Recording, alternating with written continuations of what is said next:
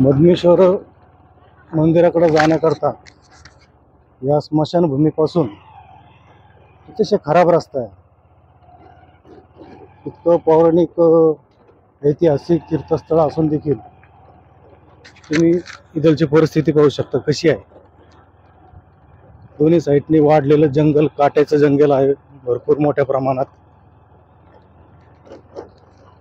जिकडे नजर येईल तिकडे तुम्हाला काटे दिसतील, फुटलेला रस्ता दिसेल तुम्हाला. व थोड्याच अंतरावर इथं पुढे गेल्यानंतर जो ओढा गेलेला आहे त्याच्यावर एक पूल आहे छोटंसं.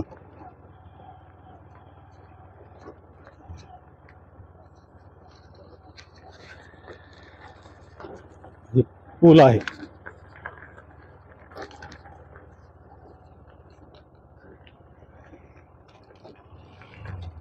या पुलाची परिस्थिती अशी आहे, जर कधी या नदीवर जर फळ्या टाकल्या आणि पाणी जर जास्त आलं तर या पुलावरून डोक्याच्या वर पाणी जातं. म्हणजे कोणती व्यक्ती तिथं जाऊ शकत नाही अशी परिस्थिती आहे. परंतु याच्याकडे कोणीच आतापर्यंत लक्ष दिलेलं नाही. या नदीला जास्त पाणी आल्यानंतर या ठिकाणी अशा फळ्या टाकल्या जातात, त्याच्यावरून पाणी जातंय. पाणी पार हे जितकं पायऱ्या आहे तिथपर्यंत पाणी असतंय. आणि आपण ज्या पुलावरून आलोय त्या पुलाच्या वर जवळपास 7 ते 8 फूट पाणी असतं. त्यामुळं ज्या लोकांना इथं पिंडदान करायला यायचं असतं त्यांना ते नाविलाजाने येता येत नाही. तर प्रशासनाने यावर दखल घेतली पाहिजे. या ठिकाणी जी दुर्दशा आहे, बऱ्याचशा गोष्टी इथं नाही आहे, निधी भेटत नाही, याकडे देखील प्रशासनाने लक्ष दिलं पाहिजे. होयदलचा थोडासा विकास झाला पाहिजे. इथं प्रभू रामचंद्रजी यांचे वडील दशरथ राजाजी यांचं पिंडदान झालेलं आहे. एक नेवासा शहरातील मी एक नागरिक म्हणून माझी इथलच्या लोकप्रतिनिधी, इथलच्या जे सरकारमध्ये बसलेले आहेत त्यांना सगळ्यांना एक हात जोडून विनंती आहे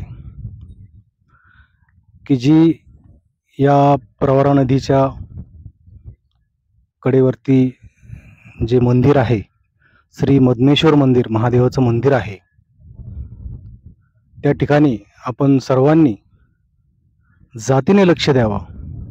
कारण इथलचा इतिहासच असंख्य महाराष्ट्रातील, भारतातील खूप जणांना माहिती नाही आहे की या ठिकाणी, या मधमेश्वर मंदिर या ठिकाणी प्रभू रामचंद्रजी यांचे पिताश्री श्री दशरथ राजा यांचं पिंडदान झालेलं आहे.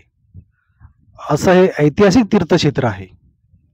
परंतु या ऐतिहासिक तीर्थक्षेत्राकडं येताना व्यवस्था नाही रस्त्याची. मध्ये जर जास्त पाणी जर आल्या प्रवरा नदीला तर लोकांना येण्याचे हाल होतात. या ठिकाणी सर्वांनीच दुर्लक्ष केलेलं आहे. आज इतका मोठं ऐतिहासिक तीर्थक्षेत्र आहे, याला जाणून बुजून हा इतिहास दाबण्याचा प्रयत्न झालेला आहे. या ठिकाणी कोणत्याही प्रकारचा निधी येत नाही, त्यामुळे या परिसराचा काही विकास होत नाही. या ठिकाणी जी माहिती आम्हाला भेटलेली आहे की हे शेकडो वर्षाचं मंदिर आहे. म्हणजे ज्यावेळेस प्रभू रामचंद्रजी इथं दशरथ राजाजीचं पिंडदान करायला आलते त्याच्या पूर्वीपासून देखील हे मंदिर आहे. या मंदिराची इथं जवळपास 2.5 हेक्टर इतकी जागा होती. ती जागा देखील कालांतराने ज्याने त्याने ज्यांच्या त्यांच्या सोयीने जे आपलं कायद्याचा गैरवापर करून ती जागा दाबून टाकलेली आहे.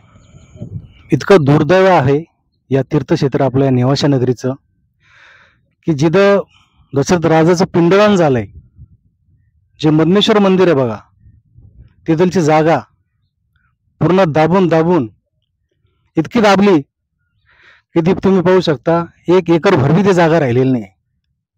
आणि सगळ्यात म्हणजे आश्चर्यकारक अशी गोष्ट आहे, तुम्ही ऐकाल तर तुम्ही थक्क व्हाल की हे जे मंदिर आहे या मंदिराची कोणत्याच उतरावर नोंद नाहीये.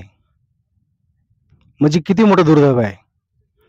जिथं दशरथ राजाचं पिंडदान झालंय, इतका ऐतिहासिक दर्जा आहे इथं, आणि त्या मंदिराची नोंद गायब झालेली आहे. वेळोवेळी आम्ही आमच्या पद्धतीने मागणी केलेली आहे. आमचा नाविलाज आहे की आम्हाला जनतेसमोर हा प्रश्न मांडावा लागत आहे की या मंदिराची जी जागा होती पूर्वीची 2.5 हेक्टर, ती पुन्हा ती मंदिराला मिळावी. याकडे सरकारने लक्ष द्यावं, लोकप्रतिनिधींनी लक्ष द्यावं व इथं भरपूर असा निधी द्यावा व एक ऐतिहासिक दर्जा मिळेल असं इथं काम करून दाखवावं. ही माझी सरकारला हात जोडून विनंती आहे, कळकळीची विनंती आहे की या मंदिराची नोंद नगरपंचायतच्या उतरावर लागली गेली पाहिजे.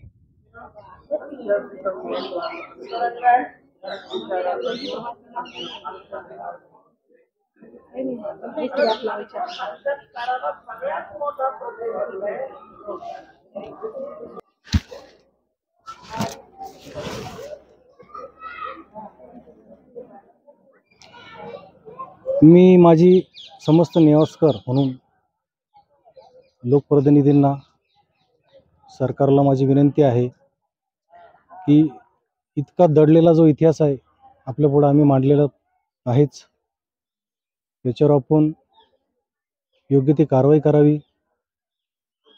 इथलचा जो इतिहास खुंटलेला आहे, या ठिकाणची जी मंदिराची नोंद आहे ती अद्याप लागलेली नाही. त्याची नोंद उतरावर लावण्यात यावी.